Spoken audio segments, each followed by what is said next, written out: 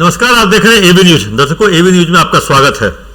आखिरकार विनोद कुमार राय जो ग्रामीण कार्य विभाग के इंजीनियर थे, उसका रिमांड ईओयू को मिल गया।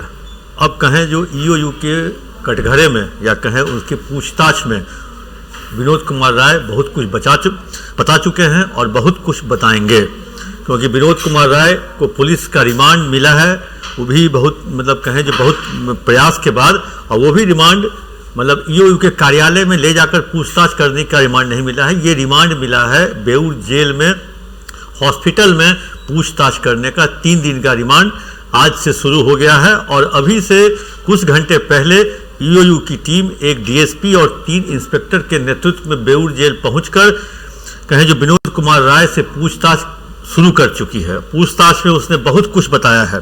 पहले पूछताछ में ईओयू उसके बारे में जानना चाहती है विनोद कुमार राय के पास क्या है क्या नहीं है, क्योंकि जो डीड जो बैंक अकाउंट जो भी जानकारी ईओयू के अधिकारियों को मिली है वो उससे मिलान करवा रही हैं। जो आखिर आपके पास 12 अकाउंट में कितने कैश हैं, आपके पास कितनी फैक्ट्रियां हैं, कितनी ज़मीन के कागजात हैं, जो ज़मीन के कागजात जो कम से कम 24 से 30 ज़मीन के कागजात, फैक्ट्री के कागजात, पेट्रोल पंप के कागजात, बैंक अकाउंट के डिटेल्स वो जो मिले हैं वो विनोद राय के समक्ष रखे जा रहे हैं और उस पर उसकी रजामंदी विनोद राय की ली जा रही है। जो ये आपका है कि नहीं है, किसका है, किसने इसमें पैसा इन्वेस्ट किया।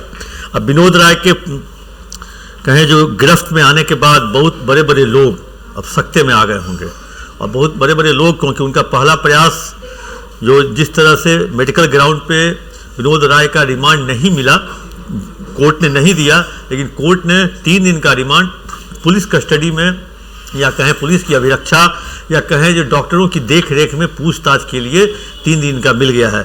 इतना ही काफ़ी है। ईओयू के लिए 24 या 72 घंटे काफ़ी है। 72 घंटे कहने का मतलब 72 घंटे, क्योंकि पूछताछ तो 10 से 5, साढ़े 5 तक होगी नंबरबंदी के समय तक।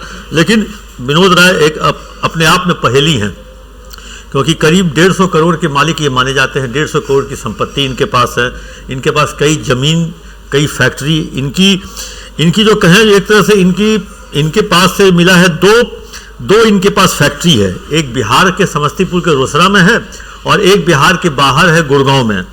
उसके बाद एक पेट्रोल पंप है। 5 सेल कंपनी में इनका इन्वेस्टमेंट है। कहें इतने बड़े कारोबारी के रूप में, अब ये सरकार के कर्मचारी थे कि कारोबारी थे, अब ये सरकार सोचे, क्योंकि सरकार सोचे, विभाग सोचे, विभाग ने अभी तक कुछ किया नहीं कार्रवाई अभी तक, लेकिन ये अपने आप में एक बहुत रहस्यमय ढंग से ये व्यक्ति जो थे, ये बहुत रहस्यमय ढंग से, क्योंकि इनका मकान भी जो है किलानुमा है। अगर आम आदमी इन तक पहुंचना चाहे तो नहीं पहुंच पाएगा। जब ईओयू को पहुंचने में, इनके कमरे, इनके फ्लैट तक पहुंचने में 6 से 7 घंटा लग गया। 10 बजे ईओयू की टीम इनके दरवाजे पर पहुंचती है भूतनाथ रोड में, और 5 बजे दरवाज़ा खुलता है। इतने देर में नोट जलाए जा रहे थे, और जो नोट पूरा अधजला नोट 12.5 लाख रुपए का उनके कमरे से मिला।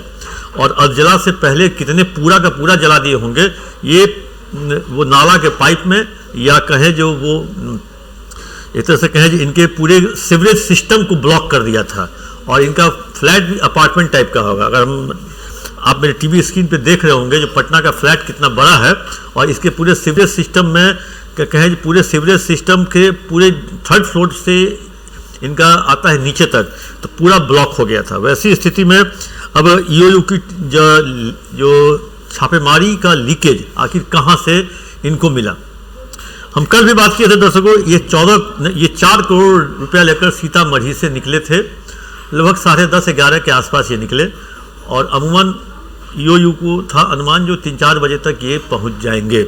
लेकिन वहां से निकलने के बाद इन्होंने अपना मोबाइल बंद कर दिया, और इनका मोबाइल पटना में जब ये अपने घर के आसपास पहुंचते हैं 50-52 लाख रुपया लेकर के, क्योंकि 52 लाख बरामद हुआ इसलिए हम 52 लाख कर रहे हैं।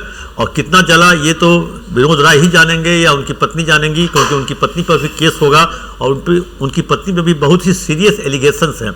हम बाद में उनकी पत्नी की बात करेंगे। लेकिन विनोद राय कहें जो पूरे रास्ते भर 3 घंटे इनका मोबाइल स्विच ऑफ है, मोबाइल ऑन होता है, लोकेशन मिलता है भूतनाथ रोड के आसपास। इसके पहले ये कहाँ गए कोई लोकेशन नहीं। गाड़ी ट्रेसलेस थी, गाड़ी का नंबर भी जो था ईओयू के पास, जो यहाँ पहुँची वहाँ वो नंबर बदल चुका था। अब ईओयू के पास ये जानकारी उपलब्ध करने के प्रयास कर रही है, जो आखिर जिस व्यक्ति ने क्या ईओयू को टिप ऑफ दिया, उसी व्यक्ति ने विनोद राय को भी क्या टिप ऑफ दे दिया, जो आपके पीछे पुलिस लगी है, और ईओयू को कह दिया जो फल्ला आदमी 4 करोड़ रुपया लेके जा रहा है, मतलब उसने डबल क्रॉस किया। मतलब दोनों की गुड बुक में वो रहना चाह रहा था, क्योंकि वो जान रहा था जो पानी में रहकर मगर से बैर नहीं करना होगा।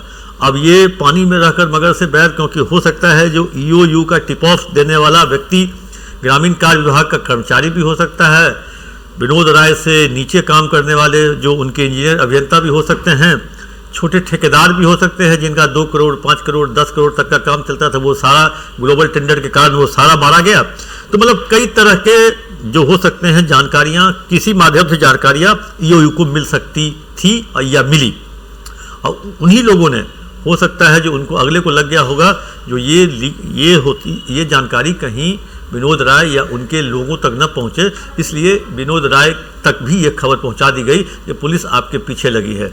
इसलिए सीतामढ़ी से निकलने के आधे घंटे के बाद ही मोबाइल स्विच ऑफ। इतना बड़ा एनएच है, अब इसमें काफ़ी, लेकिन सारे एनएच पर सीसीटीवी कैमरा भी है। अगर चाहे पुलिस और सरकार चाहे तो उनकी तलाश पूरी हो सकती है, उनकी तलाशी ली जा सकती है, जाकि किस चेक पोस्ट से कहें जो सीतामढ़ी से पटना आने के क्रम में 2 चेक पोस्ट मिलता है, जो कि हाईवे है, जहाँ पे टोल प्लाजा है, वहाँ पे सारी गाड़ियों को सीसीटीवी फुटेज से होकर गुजरना पड़ता है। तो अब ये देखना होगा जो किस समय पर किस गाड़ी से, और जो जानकार ड्राइवर होते हैं और जो इनको लगता है जो उनके पास फास्ट टैग नहीं है या फास्ट टैग्स का यूज नहीं करना चाहते हैं, तो बिना चेक पोस्ट या बिना टोल प्लाजा क्रॉस किए हुए भी वो आगे निकल जाते हैं। हो सकता है टोल प्लाजा इन्होंने क्रॉस नहीं किया हो, सीसीटीवी फुटेज में नहीं आए, क्योंकि कई लोग टोल प्लाजा से जस्ट पहले ही दाएं बाएं होकर टोल प्लाजा से आगे निकल जाते हैं। तो कहीं विनोद राय ने भी तो ऐसा ही नहीं किया। इस सारे मुद्दे पर ईओयू जांच कर रही है, पूछताछ शुरू हो गई है। पूछताछ में उन्होंने कुछ बताना शुरू भी कर दिया है, और पूछताछ अभी 3 दिन चलेगी, डीएसपी के नेतृत्व में है।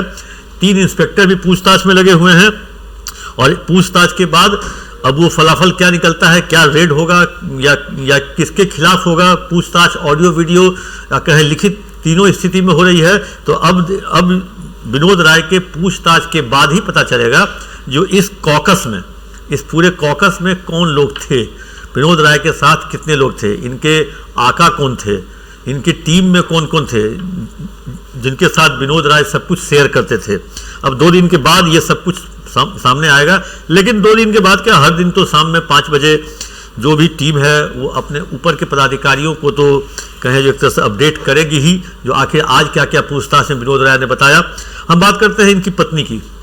पत्नी पर करेंसी जलाने का केस दर्ज होगा, जो एक राष्ट्रद्रोह का केस माना जाता है, और ये बहुत ही सीरियस ऑफेंस माना जाता है इकोनॉमिक ऑफेंस वाले विंग में।